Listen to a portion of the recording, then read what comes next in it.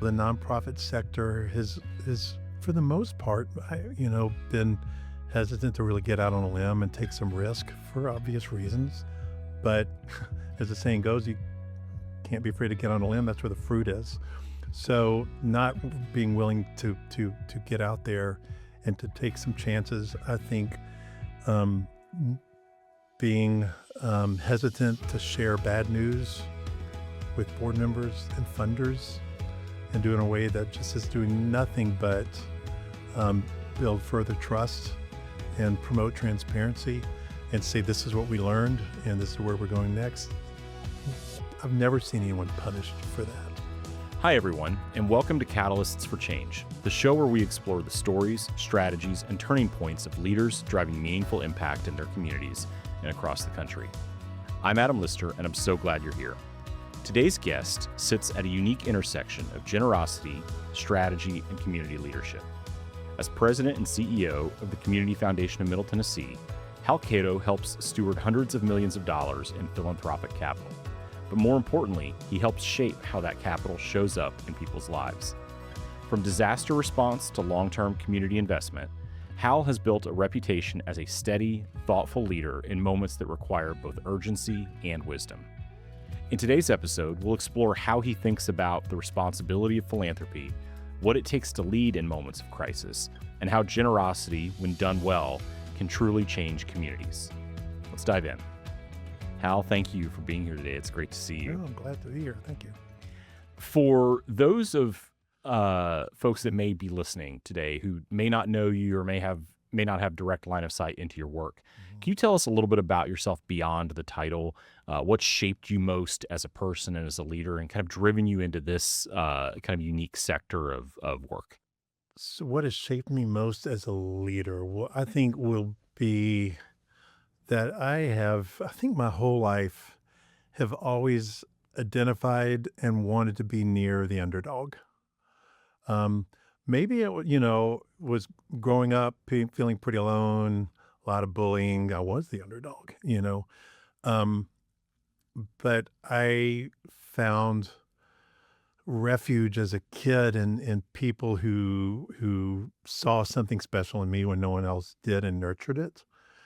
And I think I've been wanting to pay that back ever since. And I'm in a role right now where I'll be meeting with a billionaire in the morning and then someone that can't pay their gas bill that afternoon. Oftentimes I find the person who can't pay their gas bill that afternoon more interesting and someone I'm going to learn more from. So that's really what has fueled me. There's a famous quote that I love by one of my heroes, Father Greg Boyle, who founded Homeboy Industries. And he said, we don't go to the margins to make a difference. We go to the margins because they make us different. And that sort of defined the leader I want to be. Yeah, it's a great organization, Homeboy Industries. Yeah. Just it's an incredible story. Yeah. You didn't start your career as the CEO of a major foundation or kind of probably setting out to be the CEO of, a multinational group or something along those lines. Beyond kind of the underdog story and helping those that may be less advantaged, what was the tactical path that led you into this work? The tactical path that led me into this work. My first job out of college, I moved back to Nashville, got into commercial real estate. Worked in a downtown high-rise, helping lease and try to fill that brand new building. This was when Lower Broadway was just pawn shops and porn shops, and it was parallel park on the street and then walk up to to work. It was a long time ago, and I didn't love the work, but what I loved doing was once or twice a week when I would sneak out and go deliver Meals on Wheels. And I delivered, my grandmother was a hugely influential person on me when I was growing up. And so I always just had a connection with seniors. So that was the best part of my week. And I started recruiting friends to do it with me. And then before I knew it, I was organizing Meals on Wheels routes. And that Meals on Wheels route is what turned into my first nonprofit when I started Hands On Nashville. Saw a story on NBC Nightly News about a similar group creating opportunities for young working adults to volunteer who only had evenings, weekends, and lunchtimes. I was like, we need that here. So I started with that Meals on Wheels route. It was on the side. There was no money there. I think our budget the first year was $500. um, Kept doing commercial real estate. From there, I went into an equity-backed for-profit childcare firm, and I helped lead their growth and business development for more than a decade. It was a fun job, but I always got my greatest fulfillment on the stuff I was doing on the side. They let me start a foundation for the company on the side. I was on probably 6 or 7 boards, again, on the side, and at one point I remember, when I was living in London at the time, because they had moved me to the UK. I had an amazing job, traveling between London and Dublin. Hmm. Not a bad gig for a 35-year-old. No. But I woke up and was like, I this isn't I'm not, I'm not climbing the ladder that's leaned against the right building. What feeds me and what I really love is on the side, this nonprofit work. So it's time to make a change. And that was right about the time I got a call from someone who knew that Oasis Center was looking for a new CEO. Would I know anybody who's interested? And I said, yes. And I threw my hat in the ring, and here we are. That's awesome. Yeah. Um, a friend of mine, Alex Johnston, recently wrote a book about a year or so ago called Money with Meaning. And his whole purpose was to help advise the philanthropist, not necessarily the person that was receiving those dollars, and really kind of anchored in how do you create joy and impact through philanthropy, and relying really intentionally on mission and vision, and getting the donor anchored in those sorts of things. And when I think about that book, or when I'm talking to folks in the community, or folks like you, or clients, or whomever, it occurs to me that for many people, philanthropy is often about charity or generosity. It's typically how it's kind of understood. But similar to the way that Alex's book tries to frame it around vision and joy and strategy for the philanthropist, you have approached your giving, and now are in a role at the community foundation where you have to translate that money into meaning. You have to get these dollars out and help advise on a variety of different fronts how to make the biggest impact, and level up where there may kind of be gaps in the strategy, or help advance some of that strategy. I'm curious, globally, how do you think about, or what is your definition of effective philanthropy? And what are people getting wrong about how they think about it, both on the receiver and on the giver side? Well, I mean, it has nothing to do with the size of the check or how many checks you write. To me, it's the most effective philanthropists that I get to work with are the ones who who they're passionate about the issue. People give for 3 reasons. They give out of obligation, they give out of sort of the social pressure, that quid pro quo gift, or they give out of what they're really passionate about. If I can get past number 1 and number 2, which is hard a lot of days, and someone can really talk about an issue that's important to them and why it's important to them, or if there was a family member or a parent or somebody that was impacted by that, or just if their heart is called to it, those are the ones that I really love working with. And for me, it's less about what's the check you want to write and what's the story you want to tell about your life. So that when you look in the future, about what I did with this one wild and precious life that we have, where did your philanthropy, time, treasure, talent, however you define it, make a difference? But you've got to find an issue, and you've got to stick there, and you've got to be willing to go deep and to get proximate. It's really effective philanthropy. It's hard to do from a distance. What was so beautiful about raising money for Thistle Farms at the time was the amount of proximity that we could give between the donors who were wanting to see their gifts making a difference, and the women who were working behind that counter in the cafe or sitting in circle who were just celebrating 30 days clean. It was maybe an inch. And so it created a beautiful connection and tie between who was giving and who was receiving. And a lot of times those roles changed back and forth. Yeah. You sit at an intersection of donors and nonprofit and community needs. And I think your point about those three kind of barriers is important to keep in mind because they're not always aligned. The organization's trying to do the work, or the recipient that's getting that benefit, or the person that's helping to provide that benefit may not be aligned on the why or the timing and those sorts of things. How do you balance all of those different forces when there is lack of alignment around a donor or a philanthropist's desire to have an impact in one area, and maybe the community's need? Well, I mean, you can't make somebody care. And I tell this to people all the time, like, I just need to make them care. I'm like, that's not how it works. Um, we you I see nonprofit leaders who are so quick to close you know the deal and make the ask that they don't take time to build a relationship and to understand what's truly meaningful and important to them. And it may have nothing to do with your organization. You have to be willing to let those people go, or to encourage them to meet with somebody else, because um, it is helping someone fulfill their deepest need. That's our job, when we're working with philanthropists, and it's cannot be about us or our program. It's about helping someone fulfill a need that they know is there, but they don't quite know what it is. And you're and on its best day, you're actually kind of returning something back to that person that they didn't know they were hungry for.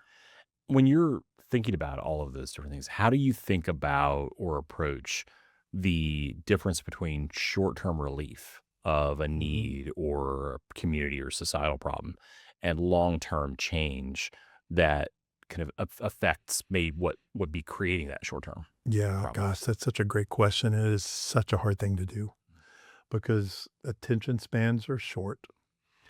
Um, Multi-year grants are rare.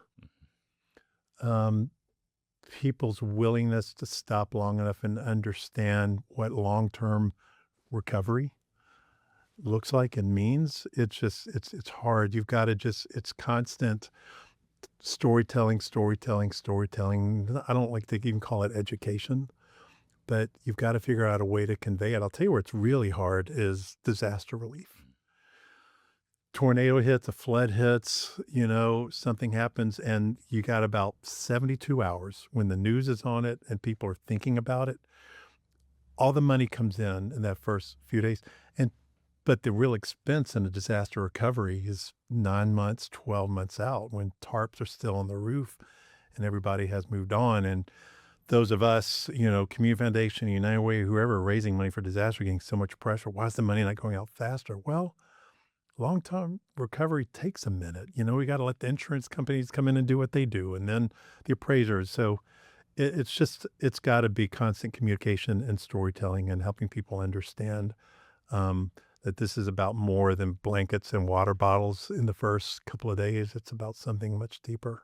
Yeah, I found that in moments like that, the interest window opens really wide, but slams shut very quickly. Mhm. And getting through that window is critically important. And but I think it, to your point, creates an entirely different community challenge to maintain trust with your donors, to ensure that people are uh, confident that you are engaging in, and other organizations are engaging in really good kind of focused support. The onus is on the nonprofit leaders and the foundation leaders to be really clear and explicit about what success looks like and how we measure success from the very beginning.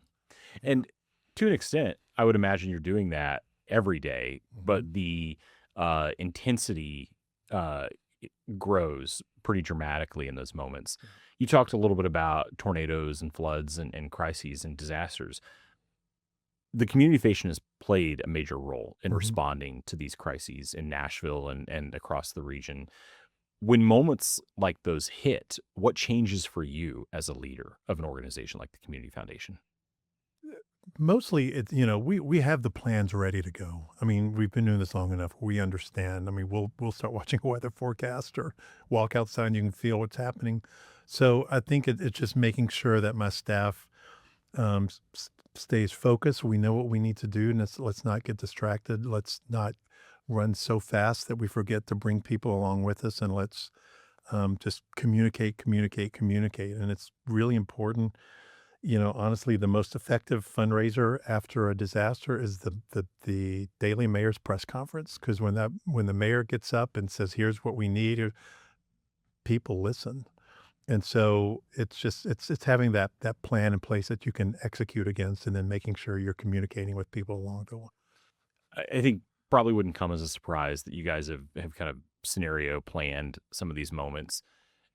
Thinking about when it actually happens Mhm. and you're in the thick of it and you are balancing the urgency to act immediately with the responsibility that you and your organization has to deploy those resources wisely. Is there a moment in a crisis that fundamentally changed how you think about this work, or has changed how you approach your team, or the folks that are benefiting from the engagement from the community foundation? Well, it was brand new to me. I had never done disaster philanthropy until I got this job 3 years ago. Mhm. So, and it was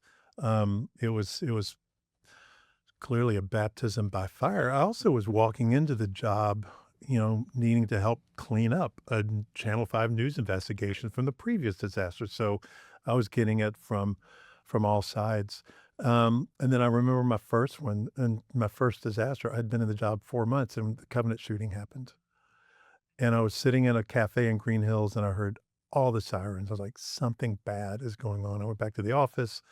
Staff told me what happened, and I was like, here we go. The community's going to want to do something. So I learned in the worst possible disaster that any of us can recall. And it just gave me a tremendous amount of empathy and respect for my comms team, who has to message this in a respectful way that's not it done like, disaster porn where we're not Right. exploiting anybody's pain, but also in a way that moves people to act, and then communicating how the dollar it's a hard request. What have those moments taught you? I mean, in some respects, you were fortunate to have these hopefully extraordinarily rare moments early in your tenure to shape how you approach your work going forward. But what have they taught you about community resilience and where systems are strong and where they're fragile? Where systems are strong, I'll start there. Um, I would say when I look at our voluntary organizations that are there to respond on the front lines, man, we've got some great organizations out there. When I think all the VOAD members and the nonprofits, that whether it's helping animals or it's getting food to the right places, or whatever. I mean, that is such a strong, integrated, tightly knit network of people who have each other's back. And they get on those daily calls and they talk about what's going on and they're sharing ideas and resources.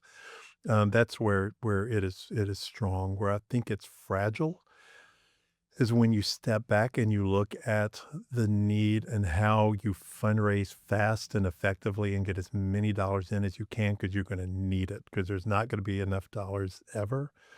And then put in place a very equitable process to get those funds out, so that those who we know are going to need it the most, and it may be months before we know who they are, that we're there for them. Um, and that can be a hard dance when donors give you a lot of money. They want to make sure it goes out the door, but how do you keep them satisfied, but also we know what's coming? You are helping to guide a significant amount of resource and get it into places that are doing real good in our community. And the ability to do that and the ability to respond without much of the same sort of bureaucratic red tape that might exist in state, local, and national agencies is a value to the people, in my opinion, that are receiving those resources. It also adds value to the organizations that are engaging in that more bureaucratic response. But because you're able to respond and you're able to show up in ways that others may not, that's real influence that's being built in your organization and you as a leader of that organization. How do you think as a leader and personally about how the responsibility that comes with all of that gets leveraged to improve the community and ensure that things are happening in ways that really drive positive change? Um, I leadership um, without action is useless. So I have to think, constantly, what is it that I can make um, happen here? How am I making sure that trust is held and not broken? Because once that shatters, it can be game over. Um, and just looking for those moments where I know my presence can be sort of a bridge, and I look at the community foundation as a bridge. I've always described the nonprofit sector. You look at the cracks in the sidewalk, those cracks where government is too bureaucratic to fill, and there's not enough profit for business to fill. That's where we land. And so, um, understanding, where are we needed, where can we make a difference, but also where do I need to get out of the way? Because I think leaders, and no matter what organizations you're leading or what size, need to know, where do I lead, where do I collaborate, and where am I here to support? And so I've got to be really clear between those three because I have no desire to lead on everything, but also don't want to just sit in the background and support and say good job. You have uh, talked a little bit about coming into an organization that was kind of responding to or coming out of a period of high levels of public scrutiny. And you immediately find yourself at the center of a couple of high profile tragedies in Mhm. this area. Some acts of God, some man made. And forces you, I think, as a leader to make some decisions. Some of those feel more consequential than others. I can't imagine that everything that you did and have done has been super popular in the community Mm. and across your ecosystem. I'd love to get your perspective on some of those decisions and some of those, particularly those unpopular decisions, and how did you approach those and what guided you when you felt kind of in your gut that they were the right thing to do, but even approaching them new, yeah, this one's not gonna land Mhm. well. That's such a good question. And as you can imagine, as being the community foundation, you're asked to take a stand on a lot of issues. It's even trickier in today's political climate. So, it's a couple of sort of filters that I use. Number one, first line in our mission statement is to help build a more thriving um, and inclusive community. And is taking a stand and making a statement about or doing something about this going to contribute to creating a thriving and inclusive community or not? Is my taking a stand or bringing Community Foundation along, can we really make an impact here? Or by making a statement or doing something, are we just going to sow further seeds of division that's going to make it worse? And I'll give you I mean, something that was not popular with a lot of people and was popular with others was last May when ice hit Nashville like a storm. And I don't mean the ice storm. I mean the agency where suddenly we were waking up and reading stories about people who were just being picked up who were just on their way home from their night shift job. Um, And I knew a lot of, our immigrant serving organizations were turning to us saying, are you going to raise a fund? We need to do something because there are family members being left behind who are integral parts of what makes Nashville tick and move. And so I chose to open a fund. We called it the Belonging Fund for a reason, which I can tell you about later, to raise money to help families whose breadwinner had disappeared um, and needed help. It was lauded by some. I got death threats. Lost a little bit of funding for people who didn't agree with it. But opening that fund was contributing to creating, a community that cherishes belonging and wants everyone to thrive and be included. So it was the right thing to do, although I lost some fans along the way. I As a leader of a nonprofit, I it felt like, and every nonprofit I've ever worked for has faced at some point that kind of ambiguous threat of, if you don't do this thing or if you do this thing, I will pull my funding. And it's really easy to find yourself, in my opinion, into this kind of tailspin of, well, we can't do this and we can't do that, or we must do this and we must do that, or we're going to lose our funding. Anytime I faced that scenario as a nonprofit leader, it was encouraging for me to say, okay, um, if we're doing a thing that's aligned with our mission and the organization feels like it's the right decision based on its mission, I'm okay with losing some funding because that means that I'm true to who we are. I'm Mhm. true to what we've said we believe in. And it was a way that I gave myself confidence to feel like I was honoring the commitment that I made to our other contributors because they invested in a mission and a vision that I had articulated to them. Going back on that would have been telling them that I misled them, going back to your trust point. Yeah. And it gave me some solace to say, I may lose $100,000 here, but I'm going to stick with what we said we believed in.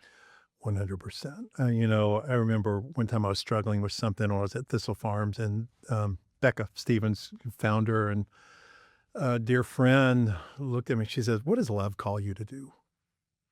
And I've never forgotten that question. And I ask myself that a lot still when I get into situations that I'm just not quite sure what to do. Yeah. It's a simple way to just kind of I reflect. know. I know. We had a similar experience as we're raising two young children, one 11 and one 8 now. But when they were even a little younger, we reached out to a priest friend of ours who married my wife and I, and asked a very simple question. And I was expecting a long form answer. And Mhm. his response was, I think you just got to love them. Yeah. And well, that works. Mhm. I think that was simpler than I thought it would be. You have worked with hundreds of nonprofits. Mhm. And I mentioned to you earlier that one of the things that drove me to start this podcast was, I think as nonprofit leaders think about their work, it's really easy for them to either have enormous amounts of noise come into their head about the things they should be doing or not doing, and their organizations are often complex in some ways, but they may not have a pure example in the private sector of how to organize in ways that are super effective. And what I see often are a lot of high impact leaders that are struggling with, am I doing enough? Am I really having the impact that I could have? And then others who are who think that they're having a huge impact on the work, but in reality are 3 or 4 degrees off the target, and then look up 10 years later and they're on another planet. From your perspective, what separates organizations that are truly creating an impact and those that are struggling? And how could leaders that are listening to this think about how to reflect on their own practice to realign, to ensure that they're on the side of having huge impact, and maybe pull it in from being off course? Mhm. Yeah, I mean, it's the question I think that will plague the nonprofit sector for forever, because so many of the bigger issues that we're all working on are highly adaptive and constantly changing and evolving. Very few opportunities out there for, you can implement a technical fix that can check the box, or, we did it. So I think that the most effective leaders, and what I've always tried to do with my own team, is that we have a really clear definition of what success looks like, and all the inputs that go into that. And usually we know many of those inputs we're not delivering alone. The most pressing challenge that we face, no one organization or leader can do it on their own. So it's very hard for one organization to take credit for it.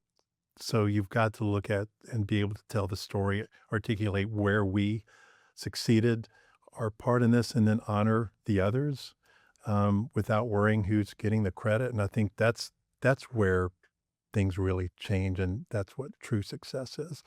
I think nonprofit leaders that are more interested in standing in the spotlight rather than shining it on where it's working, they're not going to be as successful. I couldn't agree with you more. We uh the organization that I led was an advocacy group, and we're regularly involved in advocacy at the state legislature.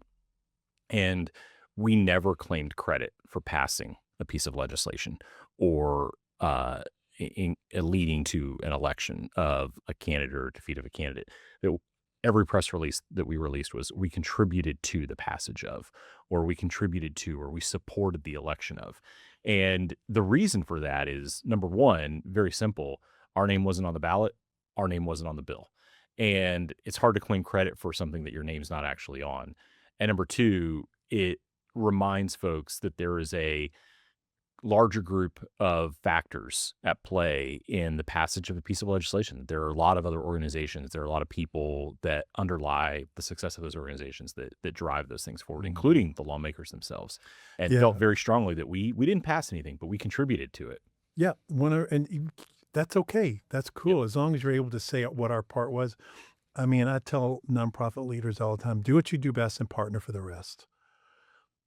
Honor those partners. My favorite day of the year was Thistle Farms graduation, when women who'd done the hardest work anybody could be expected to do completed it.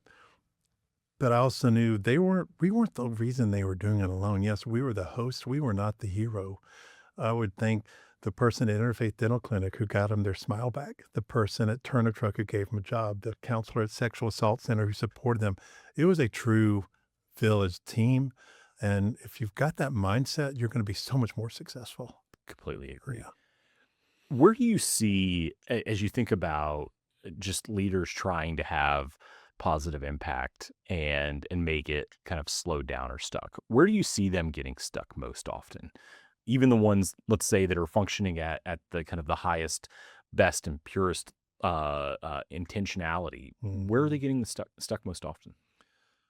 Um, it's hard to boil that down to just a quick answer. I would say, there's fear of failure. And I think, the nonprofit sector is for the most part, been hesitant to really get out on a limb and take some risk for obvious reasons. But as the saying goes, you can't be afraid to get on a limb. That's where the fruit is.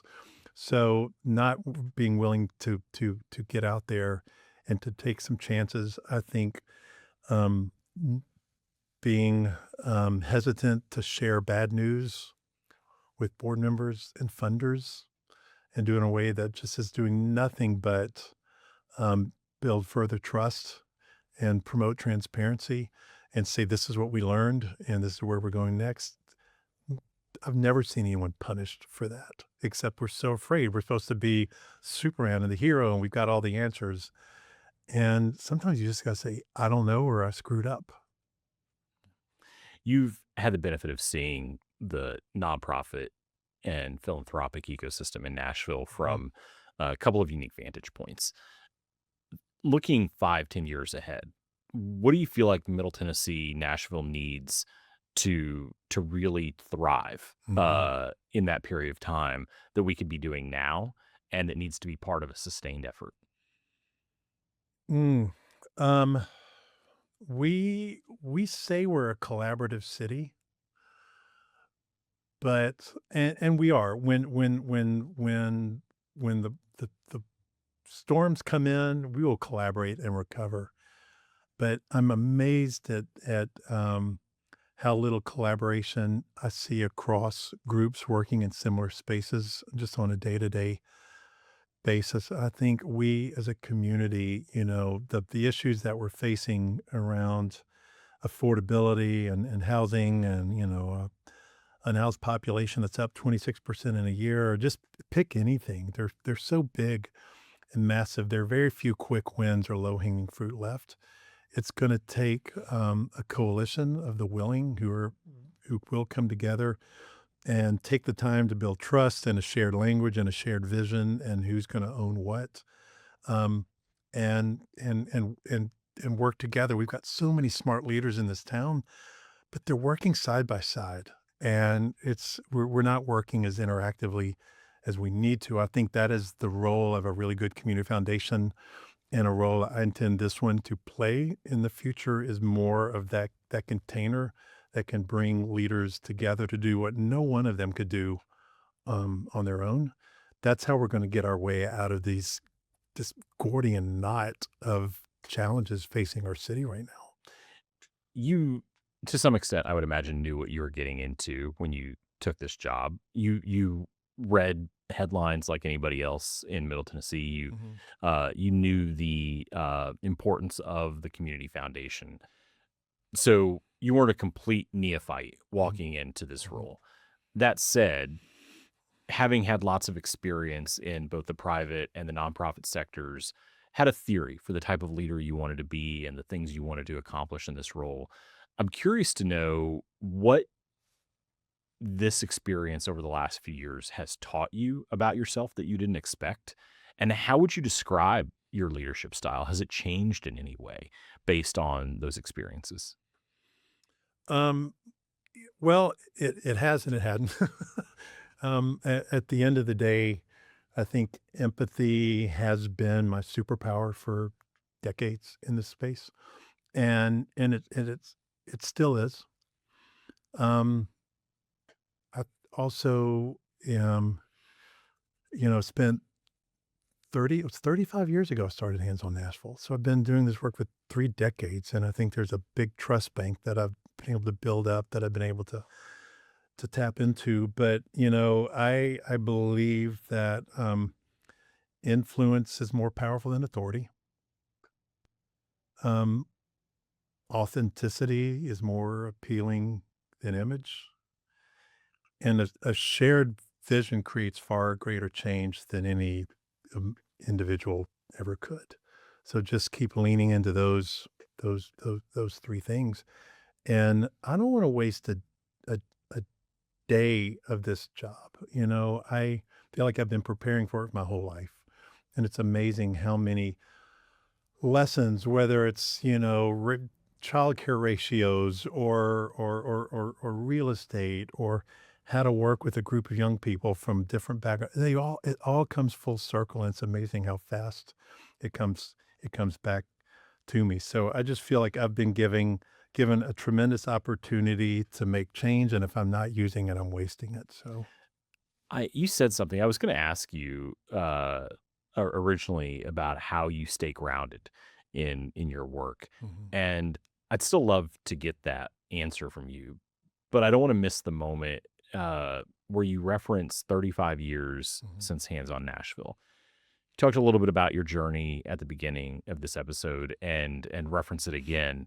One of the things that I hear most from philanthropists and even communities that are engaging with nonprofit leaders is a real concern about burnout mm, and the talent pipeline. And coupled with that, I feel like I see periodically one or two leaders every few years that will have this kind of moment of crisis of impact where I've been doing it for so many years, and reading levels have increased, you know infinitesimally, and or we've still got a homeless problem, or we've still got a an issue with this that hasn't changed dramatically, and they may lose not hope, but just that vigor for the change. You started Hands on Nashville 35 years ago, as you mentioned, delivering meals to folks around the community. That need still exists, mhm. and I would guess that you've got the data that suggests there are probably more people that need that today than 35 years ago. How do you wake up every day, to your point, not wanting to waste that day, Mhm. but also recognizing that the problem has persisted over this period of time, and balance kind of those two facts and maintain the energy that you need to have to drive the impact that your organization and that you personally are having? Yeah, man, that's such a good question. Jesus said the poor will always be with you, and they will. One of the things about this working in the space is you go home every day, and at some point you just have to turn off the computer and shut your phone off because the need is still gonna be there. The way I have managed that for so many years is just proximity. being close to those who understand the problem that I'm working on because it's their problem. They know it better than anyone, letting their stories shape me, let their stories keep my heart from getting hardened, and knowing that, I mean, I'm not going to solve our housing crisis in the time that I'm in this job, but if I can help influence, one little bit of policy or create a fund that will release, this amount of more flexible dollars, I've done my job. And just um, not being so hard on myself, but also being realistic about what success looks like. Um, and it's also, honestly, having friends and peers who are in the same and people you can call and go have a drink with or lunch with, and you take care of one another. And so, um, if you don't do that, you will burn out. But it's like you take one hot coal will burn out, put a bunch of hot coals together, you got a fire.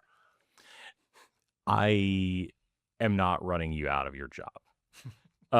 But I'd love for you as a person who I'm sure understands the Jim Collins good to great Mhm. concept of building an organization that survives beyond you, to think about your legacy and the work of the community foundation after you leave. I'd be shocked if you haven't had some sort of conversation with your board about what succession looks like, presumably 10, 20, 15 Mhm. years down the road. But we don't want to make any board members nervous today. But what do you hope is true about your time in this role? And how will the organization be stronger? And one of the reasons I'm asking is because I want to get the personal impact. Like, how are you personally thinking about this? But I also, to your point about kind of having those transparent and direct conversations with your boards and with your funders, Mhm. I've also noticed a lot of leaders will shy away from those conversations because they're afraid of the things that it might signal.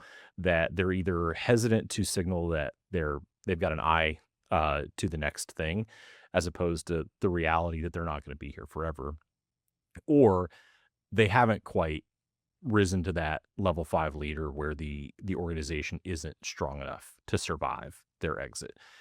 How do you think about that? What is next for you? What will the legacy for you and the foundation be when that time comes Mhm. after my children have graduated from college? Um, you know, uh, Somebody asked me early on in this job, you call yourself a community foundation, but are you foundational to community? And so be- becoming iconically foundational to this community is how I want to leave it when we're done. And that looks like the community foundation is a place that truly knows how to bring leaders together and organizations together to do what not a single one of them could have ever done on their own.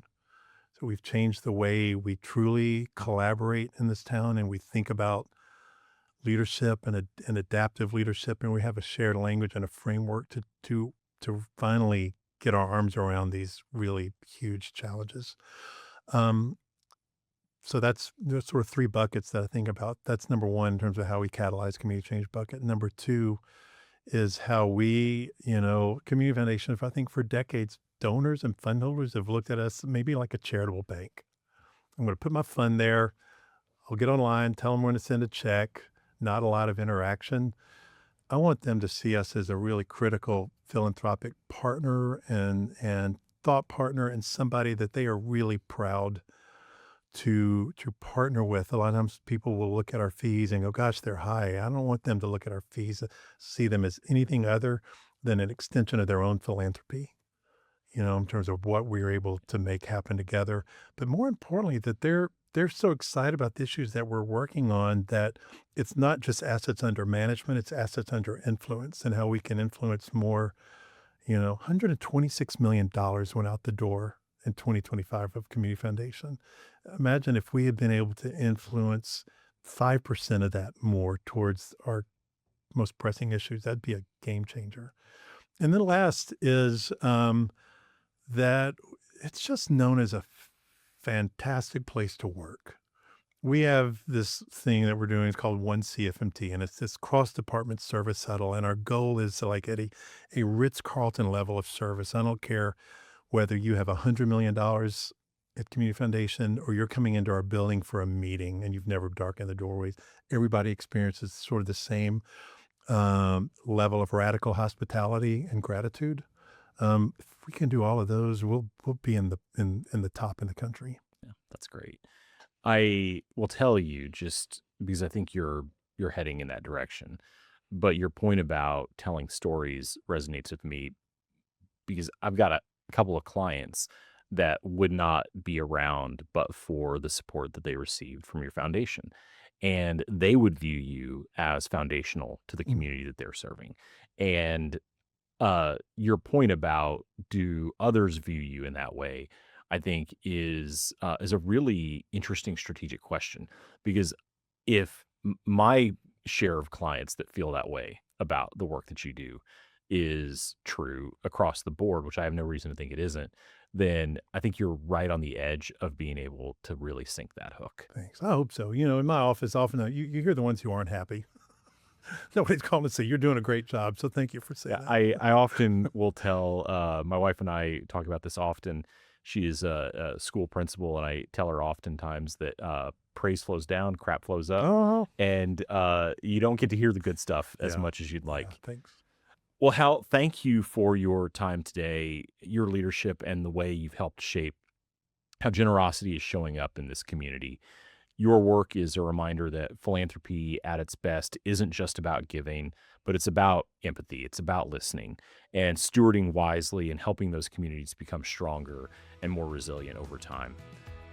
If you have enjoyed this episode, please leave a rating and a review and share it with someone who would find it valuable.